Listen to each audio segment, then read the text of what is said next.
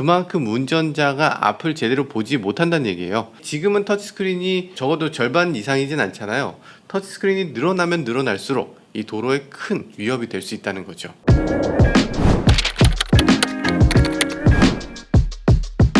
네, 안녕하세요. 모카 김환유입니다. 여러분들 자동차에 버튼이 다 사라지고 전부 다 터치 스크린이 되는 거, 이런 거 마음에 드세요? 마음에 안 드세요? 저희가 조금 전에 설문조사를 했는데요, 터치 스크린이 좋다 싫다 이런 사람들의 비율을 한번 살펴봤어요. 설문조사 결과 터치 스크린이 싫다 라고 하는 사람의 비율이 80%예요 아니, 어떻게 이게 이렇게 딱 떨어지노? 그러니까 기존에 있던 버튼들을 터치 스크린화 하는 거, 이거 싫다 라는 부분이 80%나 된다. 아, 희한합니다. 보통 자동차에 뭔가 새로운 기능이 생겼다 그러면 좋아하는 사람이 훨씬 많잖아요. 그래도 그럴만한 게, 이 기능을 새로 만들었으면 그냥 넣는 게 아니죠. 그걸 여러 사람들에게 포커스 그룹 인터뷰도 하고 위에서 그걸 파악해서 그래도 만들어, 아니면 야, 사람들이 싫어하니까 이거 넣지 말자, 이런 과정을 거친 다음에 넣는 거거든요. 근데 돈 쓰는 소비자들이 다 싫어하는데 80%나 싫어하는 거를 굳이 왜 넣어? 이렇게까지 많은 사람들이 싫어하는 신기능은 없었죠. 사실 이런 건 없었습니다. 정말 엄청나게 싫어하고 그러면서도 제조사는 엄청나게 집어넣는 그런 기능이라고 할 수 있어요. 이게 사람들의 문제인지 이 제조사의 문제인지도 좀 궁금합니다. 그리고 현대차 아이오닉 5도 이번에 테스트를 했는데요, 테스트 결과에 그렇게 좋지 못한 평가를 받았습니다. 이 얘기는 앞으로 아이오닉 6가 나와도 여전히, 어쨌든 이게 어떤 내용인지 함께 살펴보시죠. 네, 여러분들이 좋아하지 않는다, 이건 알겠는데요, 그렇더라도 실제 사용성이라든지 이런 게 좋아지면 괜찮은 기능이잖아요. 뭐 안전을 위해서 이런 걸 넣었어, 아니면 뭐 그래도 이게 미래니까 이걸 넣을 수밖에 없어, 이런 얘기가 아니고, 해외 자동차 매체가 이걸 테스트해 본 결과 사용성에서도 아주 나쁜 평가를 받고 있습니다. 노르웨이 자동차 매거진에서 이 조사를 해서 결과를 내놨는데요, 비행장을 딱 빌려서 시속 110km로 달리면서 한번 미션 수행해봐라, 너 잘할 수 있나 한번 해보자, 이런 겁니다. 그래서 현대적인 자동차, 주된 내용이 터치스크린인 11대의 자동차, 그리고 여기 비교군으로 아주 오래된 17년 전에 정말 낡고 낡은 후진 볼보 V70 모델을 준비했습니다. 17년 전이면은 뭐 버튼 자체가, 터치스크린 자체가 없는 거죠. 그래서 물리 버튼만으로 하는 차와 터치스크린으로 가는 차, 이 둘 중에 어떤 차가 더 편리한지 이걸 살펴봤습니다. 그런데 많은 분들이 생각하실 거예요. 아니, 이게 터치스크린은 사실 사용하기 어려우니까, 이게 어디 있는지 다 찾아봐야 되니까 그래서 어려운 거지, 일단 익숙해지고 나면은 무엇보다도 쉽다, 뭐 이런 분들 계신데, 이번에 그 테스트를 잘하기 위해서 여기 운전하시는 분들 멈춰선 상태에서 차량 인포테인먼트 시스템을 다 작동해보고 충분히 작동법을 인지하고 그리고 기억해서 하는 거예요. 자, 그럼 뭘 테스트했는지 한번 살펴보면요, 테스트할 때 열선 시트 켜기 했고요, 그리고 실내 온도를 2도만 높여보기, 그리고 서리 제거를 온 해보기, 그리고 라디오의 전원을 온 해보기, 측정 주파수로 주파수 바꿔보기, 트립 컴퓨터를 재설정하기, 리셋하는 거죠. 얼마나 왔는지, 연비는 얼마나 되는지 이런 거 리셋하는 거 되게 많이 쓰잖아요. 그리고 인포테인먼트 기기의 조명 낮추기, 화면이 너무 밝으면 이걸 낮춰야 되잖아요. 그리고 가운데 중앙 디스플레이 있는 거 이거 아예 꺼버리기, 이런 것들 굉장히 쉽지 않아 보이는데 어쨌든 이 사람들은 다 연습하고 기억도 다 한 상태에서 테스트를 한 겁니다. 자, 터치스크린으로 테스트한 결과가 나왔습니다. 결과를 보면요, 17년 된 볼보하고 비교했을 때 훨씬 시간이 많이 걸려요. 시간은 볼보 V70이 가장 빨랐고 10초면은 여기 있는 4개의 미션을 다 할 수 있었습니다. 손이 좀 빠르신 분 같네요. 그리고 다치아, 볼보 이런 차들이 터치스크린이 있는데도 굉장히 조작하기 쉽도록 잘 만들어놨다는 얘기를 합니다. 시선을 좀 많이 뺏긴다, 이런 얘기도 있어요. 그러니까 운전할 때 이렇게 윗부분만 보면 되는데, 근데 지금 터치스크린으로 바뀐 자동차를 보니까 아래쪽에 이만큼을 낮춰서 눈이 이렇게 내려가야 된다는 거죠. 그리고 봐야 되는 영역도 가로로 길고 얇은 그런 화면이 아니라 세로로 너무 길고 그리고 가로로도 길어서 이 전체를 다 훑어봐야 된다는 거죠. 그래서 이게 시각적으로도 굉장히 위험하고 시선도 굉장히 많이 뺏긴다, 이런 문제도 있다고 해요. 어쨌든 눈이 최대한 앞을 보고 있어야 되니까. 예전엔 이런 거에 대해서 굉장히 고민을 많이 했던 것 같은데 요즘 자동차 회사들 보면 그냥 고민 안 하고 그냥 내놓는 것 같아요. 테슬라가 기존 자동차처럼 바뀌길 바랬는데 기존 많은 자동차 메이커들이 그냥 테슬라를 따라 만들고 있어요. 이거 좀 걱정입니다. 여기 표에 보면요, 공주거리를 또 표시해 놨습니다. 그러니까 이 4가지 작업을 하면서 차가 몇 킬로를 그냥 가더라, 뭐 버튼을 누르면서 차가 이렇게 간다는 거죠. 이 공주거리가 너무 길다, 이 얘기는 그만큼 운전자가 앞을 제대로 보지 못한다는 얘기예요. 지금은 터치스크린이 적어도 절반 이상이진 않잖아요.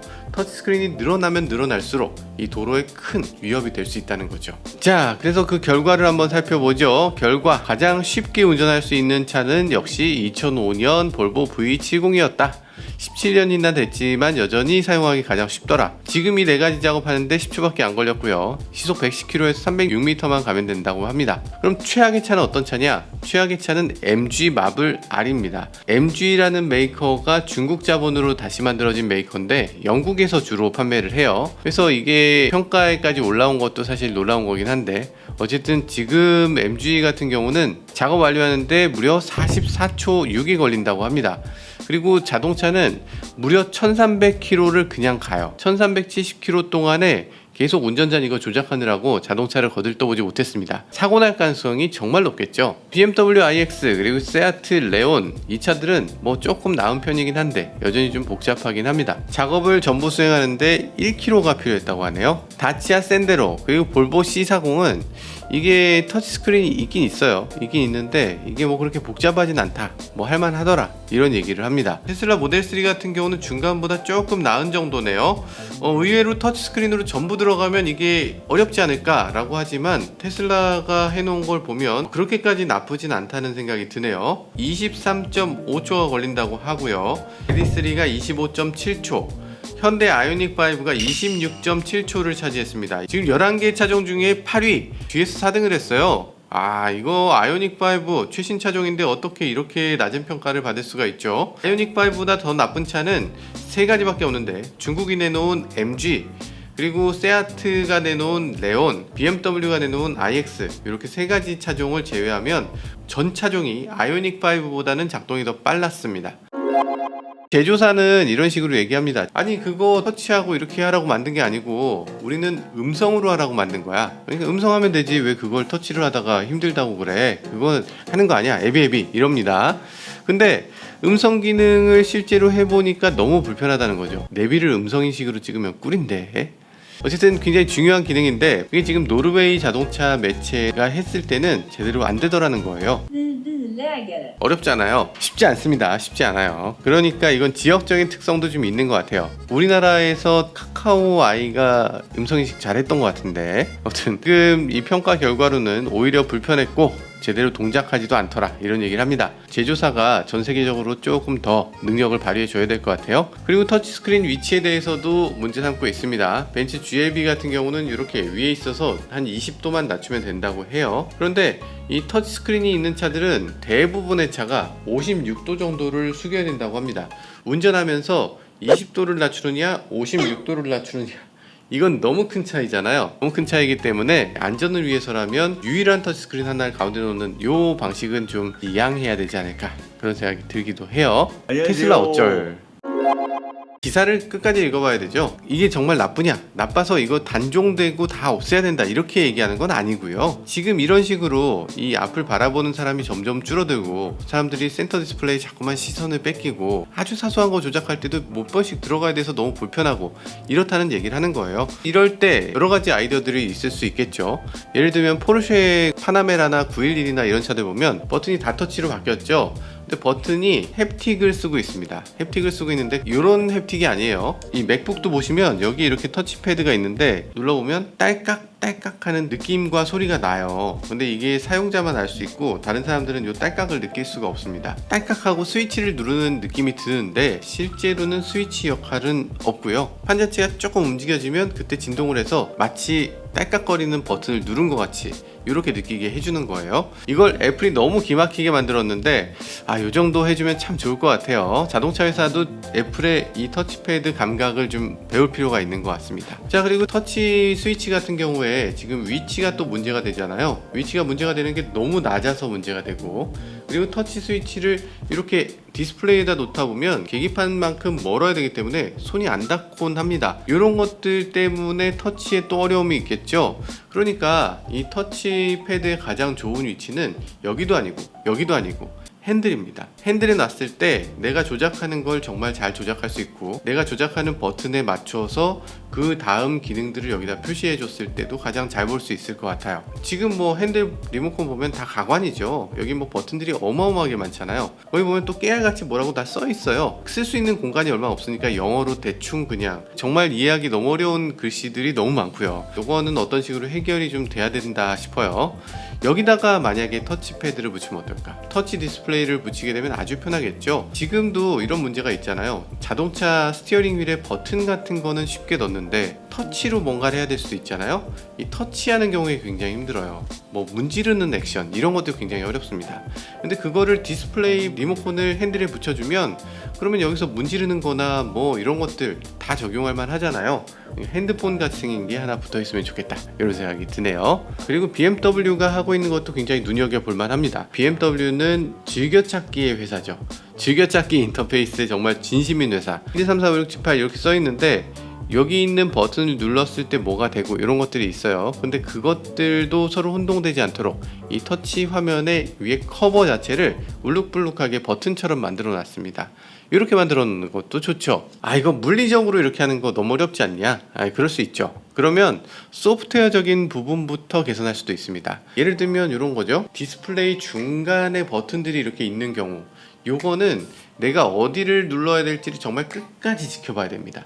근데 그렇게 안 하면 좋겠어요. 버튼들이 가장자리에 있어야 되지 않나? 가장자리에 있으면 여기쯤에 뭐 있지라고 그냥 알 수 있잖아요. 이렇게 눌러서 이렇게 알 수 있을 정도로 가장자리에 있어주면 훨씬 더 터치하기 쉽고 보지도 않고도 많은 것들을 할 수 있을 거고, 그리고 메뉴 자체도 지금 굉장히 고민들을 많이 하고 계신 것 같은데 메뉴가 딱 고정되어 있는 게 있었으면 좋겠어요. 지금은 메뉴를 뭐 누르면 그 다음에 또 새로운 화면 나오고, 누르면 또 완전히 새로운 화면 나오고, 이렇게 계속 새로운 화면이 나오면 이거 다시 돌아가려면 다시 뒤로 가고 홈으로 가고 다시 뭘 이렇게 하면 안 되는 거죠. 그러니까 계속 보게 되는 거예요. 그렇게 안 하고 중요한 기능들은 아예 빠져서 밖으로 딱 고정돼 있어야 되죠. 예를 들면 뭐 열선, 뭐 통풍, 정해진 위치에 움직이지 않고 그 자리에 항상 있어서 나중에는 점점 익숙해져서 점점 보지 않고도 작동하게끔 그렇게 만들어 줘야죠. 다들 그렇게 한다고? 다들 그렇게 할 것 같죠. 열선 시트는 열선 시트 위치에 있고 온도 조절은 온도 조절 위치에 있고 다들 그렇게 할 것 같잖아요. 그렇게 안 합니다. 제조사들이 그렇게 안 해요. 지금 쌍용 토레스가 최신 차종인데 여기서도 열선, 통풍 시트 이런 거 하려면 아예 별도의 디스플레이를 빼놨는데도 불구하고 시트 버튼 누르고 열선 버튼 누르고 그 단계 조절하고 이렇게 해야 됩니다. 통풍도 마찬가지로 들어가서 해야 돼요. 현대기아도 답답한 게 정말 많은데 뭐 간단하게 말씀드리자면 전 내비게이션의 도착 시간 부분이 너무 답답한 것 같아요. 내비게이션 도착 시간이 굉장히 많이 보는 거잖아요. 몇 시에 도착해? 30분 남았어. 이런 것들 봐야 되잖아요. 어지간한 내비게이션은 도착 시간과 잔여 시간을 같이 보여줍니다. 그런데 공간상 정말 좁아서 안 된다. 현대기아는 공간도 많기 때문에 충분히 쓸 수 있어요. 근데 공간상 정말 안 돼. 요만큼밖에 안 남았어. 그런 정말 작은 내비게이션들 있어요. 폰 내비게이션이라든지 그런 것들은 누르면 바로 전환이 됩니다. 어차피 둘 중에 하나 볼 거잖아. 둘 다 안 볼 거예요? 둘 중에 하나 봐야 되는데 결국엔 톡을 하면 되잖아요. 뭐 3개도 아니고 2개인데 그거를 굳이 현대기아는 누르면 팝업이 하나 뜨고 그 팝업 안에서 뭔가 누르고 그 다음에 팝업을 닫아야 돼요. 팝업이라는 건 최악의 인터페이스라고 했잖아요. 항상 있는 위치가 아니라 뭔가 뿅 나와서 그 인터페이스 자체를 새롭게 익혀야 되는 거기 때문에 팝업 인터페이스는 자동차에선 최악입니다. 절대 하면 안 되는 인터페이스 구성이라고 볼 수 있어요.